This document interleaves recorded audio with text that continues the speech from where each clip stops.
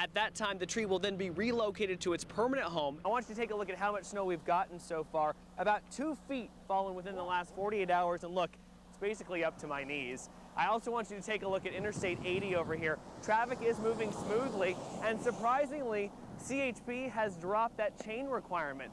Not only is this parking lot closed because of the damage, but 2 lanes on Madison Avenue will remain closed until crews come out and pave this area later today.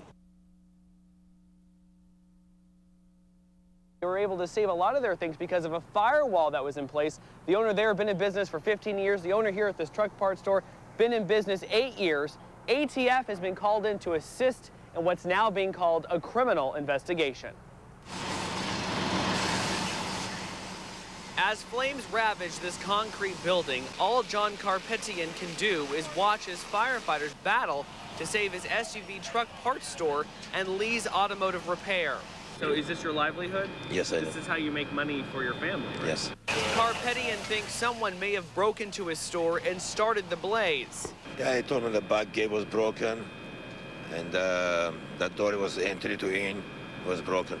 But after 3 investigators got a closer look at the door and gate, they don't think someone pried them open. Investigators believe the intense pressure and heat from the fire did it. However, they say they're not ruling out arson at this point. Meanwhile, more than 60 firefighters battled the blaze for more than an hour early this morning. Some use high-powered hoses while others use saws to get into the building. The roof is already caved in to some extent and we have a crack in the wall, so we pulled the crews back. And decided to attack the flames from inside Lee's Automotive Repair since it has a firewall. That's been a big assist to us in keeping this fire from spreading. Carpetian, the truck parts owner, tells me he does not have fire insurance. However, Lee's Automotive does have fire insurance. The estimated total cost of this fire still unknown at this point because they're still trying to piece together exactly what happened. The good thing about this fire is no one was inside at the time it broke out, so no one was injured. Back to you, well, Reggie, there's a lot of smoke there. I don't see any homes in that area. Were any homes affected at all by the smoke? We are not hearing about any homes being affected. The reason for that, Nick, is because the motor oil and the tires were all in the automotive repair shop, and that firewall stopped those flames from spreading to those items, so it stopped those hazardous fumes from spreading into the air and into neighborhoods nearby. Good thing. Rancho Cordova city officials want their neighborhoods to look good. So good, they've set up a program called Blight Busters. They go out and patrol the streets to make sure homeowners are maintaining their property. The fence is starting to deteriorate. You know, you have some problems going on with the roofs. The roof's starting to deteriorate.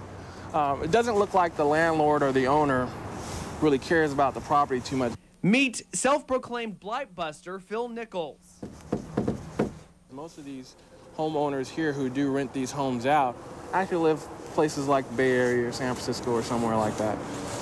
And so they don't get up here that often. No one was home here, so Nichols moves on to the next address, just a couple doors down. Hello. Hey, how's it going? I'm Phil with City. We're doing the neighborhood cleanup. Nichols gives this man a warning and asks him about the living conditions inside. Are you a renter? No, actually, my aunt lives here. Police officers, animal control, and firefighters are also part of the team going from door to door. Well, at least you know somebody cares, though. City officials say if the homeowners don't comply, they could face hundreds of dollars in fines. Meanwhile, the former mayor of Rancho Cordova says the program has an 80% success rate. I want you to take a look at how much snow we've gotten so far. About 2 feet fallen within the last 48 hours, and look, it's basically up to my knees. I also want you to take a look at Interstate 80 over here. Traffic is moving smoothly, and surprisingly, CHP has dropped that chain requirement. So people are allowed to come up here, not have to use chains, and enjoy all this snow. Right now, I-80 is clear at this point. You can see all the way down that way. We're about 5,000 feet up, and as you get higher up, there's more snow, obviously, up there. But the snow here, pretty good stuff for people to come out and enjoy. And as far as accidents go, no major accidents. There were a couple of cars that were slipping and sliding down the road here, but no one was injured, guys. It's 170,000 pounds and 60 feet high. This century-old oak tree now has a new home. This particular tree is going to be our centerpiece in our park area. That's what General Growth Properties is doing with all of the old trees on their lot instead of cutting them down. Yeah, we wanted to salvage oak trees, and the larger oaks, the valley oaks, are part of Elk Grove's history around here, and there's still plenty of them around. So they're putting them to good use for future customers to admire once Elk Grove's Promenade Mall and new park are finished next year. But removing such a large tree isn't easy. It takes dozens of workers, a crane, and 2 flatbed trucks, and a lot of patience. Dan McCoy is the crane operator. You know, anything can happen. You got to worry about ground stability. You know, try not to. Hopefully the rigging don't break. That's why workers are taking it slow as the tree is moved to its temporary location on the other side of the property. Lisa and Stephanie, this is a very tragic day for April Rice. She lost her 2 daughters here 1 year ago today. April is here with me now. What do you want the public to know about your loved ones? I just want them to know, keep them in their hearts. We love them. We miss them very much. Drunk driving needs to end. It was exactly 1 year ago today that Brazil and Britannia Rice Nash, 21-month-old Kamal Osby, and family friend Shanice Carter were all killed in this car crash on Southland Park Drive. Robert Villanowith, a former appointee of Governor Schwarzenegger, was allegedly driving drunk when he crashed into the victim's car. Police say his blood alcohol level was twice the legal limit. Villanowith has been charged with 4 counts of gross vehicular manslaughter, but he posted bond last November and has been free since then. His next court appearance is April 24th. A trial date will be set at that time. You can see family members are still gathered here at the scene where those 4 victims lost their lives. We did speak with the Assistant District Attorney's Office today. They say it's not unusual for a case like this to take so long to go to trial. He also tells us Robert Villanowith surrendered his driver's license. According to DMV records, that was done May 5th, so he does not have a driver's license at this time. Back to you. Brandy Sharp couldn't believe what she was seeing, so she quickly grabbed her camera and snapped pictures of it. But we didn't know exactly what was going on, so when we saw the house going by, it was like really neat. Sharp's eyes weren't fooling her. A 1,500 square foot home was moved this morning from 39th and H to its final destination at 41st and 14th.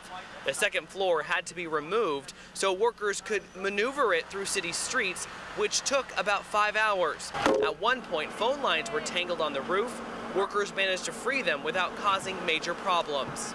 There's a family out there that's going to treat it like a home and not a house. Al Wajardo owns the home. He purchased it from Mercy Hospital for only $1. There was 100 inquiries, and then the group got smaller and smaller, and I was chosen.